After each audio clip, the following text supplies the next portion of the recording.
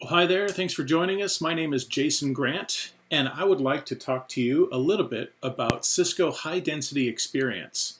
High Density Experience is a number of patented Cisco designs that we embed into our access points that all you have to do is take advantage of them, and you will experience some really great benefits. I'm going to talk about five in particular: optimized roaming, clean air, client link, airtime fairness, and turbo performance.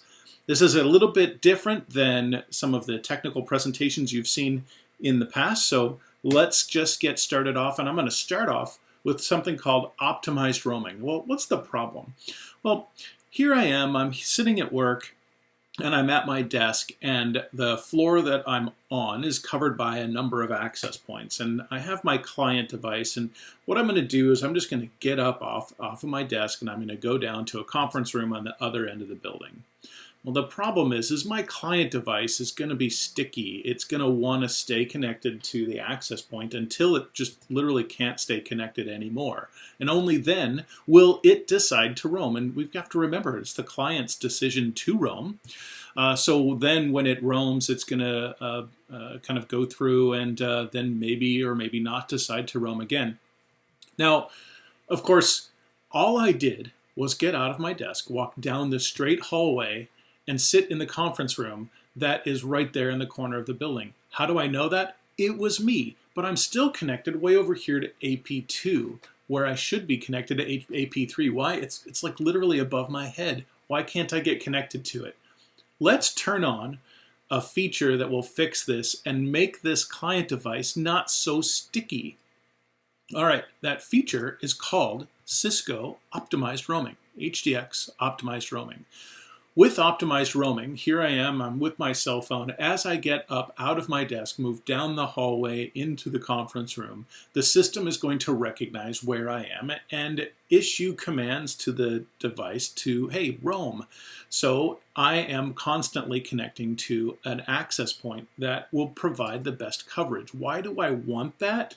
Well, I'm going to be able to stay connected at the highest data rate possible, providing not only a better user experience for me, but also allowing me to be a better Wi-Fi citizen. How do we turn it on? That's a great question. First of all, we're going to log into your controller. You're going to click on wireless top menu there.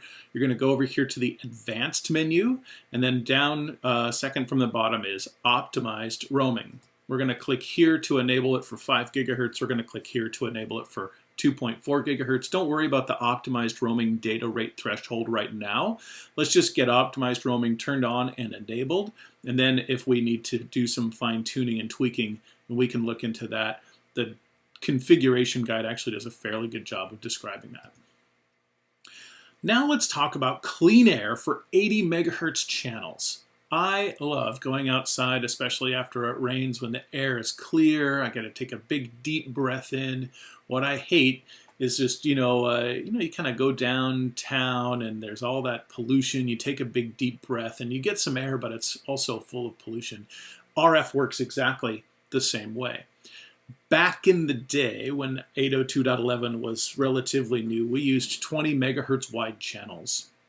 Those channels, 1, 6, and 11 and 2.4 gigahertz, 136, 140, and 5 gigahertz, and on and on.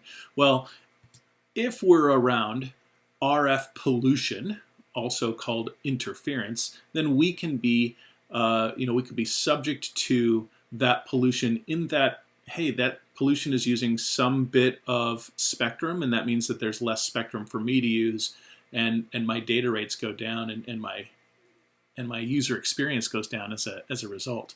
Clean air can not only identify that there is interference, but identify specifically what the interference is and mitigate the effects of that interference by moving that channel outside of that RF polluted area. 802.11n comes around and we can take two of those channels and bond them together for a 40 megahertz wide channel. Wider channel, bigger probability really, of getting impacted by RF pollution interference. I can still use clean air to move that 40 megahertz wide channel out of the boundaries of that interference. 802.11 AC, 1.3 gigs of connect data rate. Well, More channels, more width means more possible interference impacting my ability to reach those high data rates. Clean air can, again, identify those areas where there is clean air and move our channels to that.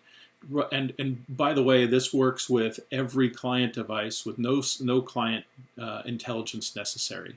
Well, how do we turn it on? Another great question. Let's go up here to the wireless top menu on your controller. Down here on the left-hand side, there's the bold heading 802.11a/n/AC.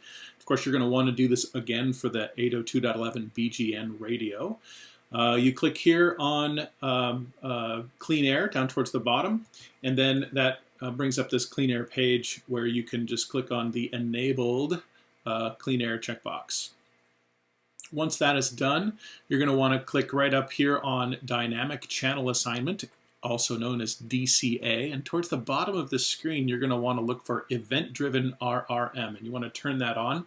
That event-driven RRM is the automatic and immediate mitigating step of dealing with RF pollution when it is discovered. Let's talk about another really interesting innovation called Client Link 3.0. This is our third generation beamforming technology. In the beginning, again, back in the early days, we used one antenna to connect to a client device until we couldn't anymore, and then we used the other antenna that was called antenna diversity. Now with MIMO, anything newer than 802.11n, we can actually use multiple antennas at the same time. Let's display this in a little different way, and frankly, let's talk about as client devices move around, which, by the way, is MIMO solves some problems for us in terms of just kind of like antenna location and being able to provide very good coverage. But let's send out a signal to this client device, and let's just do a freeze frame of the RF signal so we can kind of see the radio waves.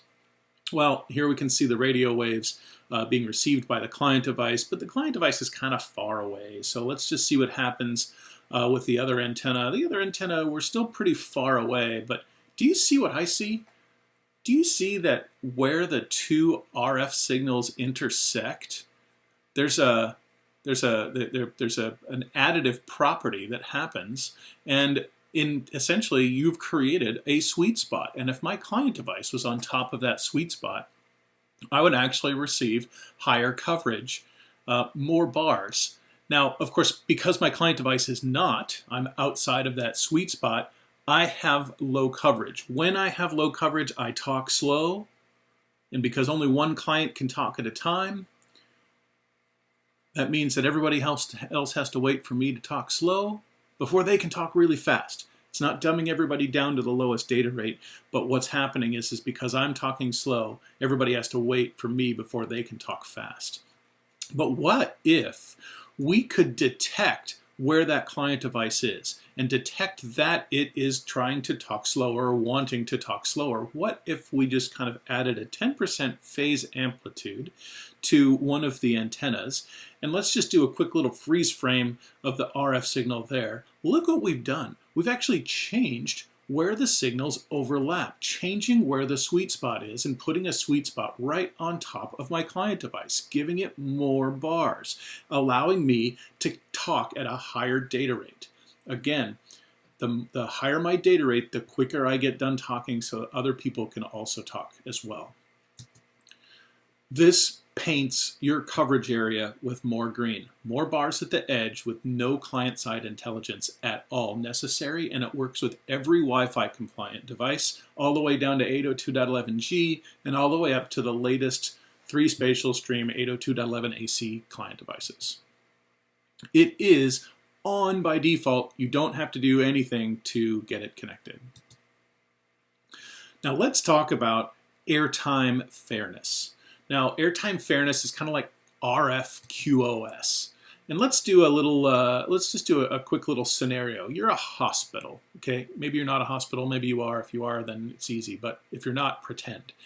As a hospital, you have an electronic medical system application that is critical to clinical operations, right? Makes sense? But then you also have patience, also critical to clinical operations.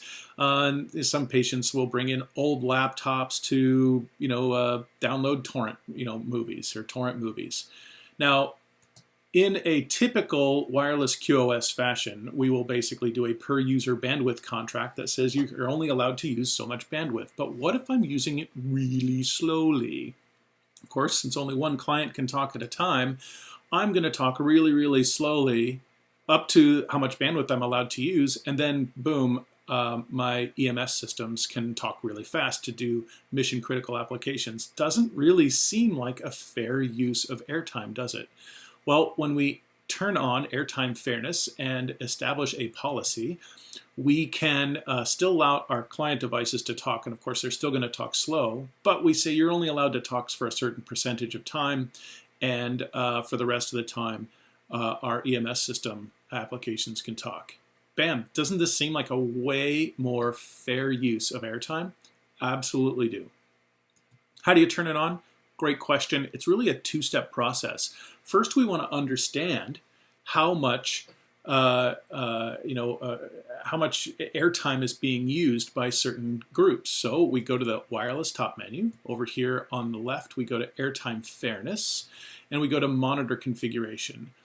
Then we click on the network button, and we want to enable airtime fairness monitoring for 802.11a and 802.11b. This is basically 5 gigahertz and 2.4 gigahertz, and click on the enable button. What this does is it allows us to go in and look at the statistical information to see how much airtime my various SSIDs are using.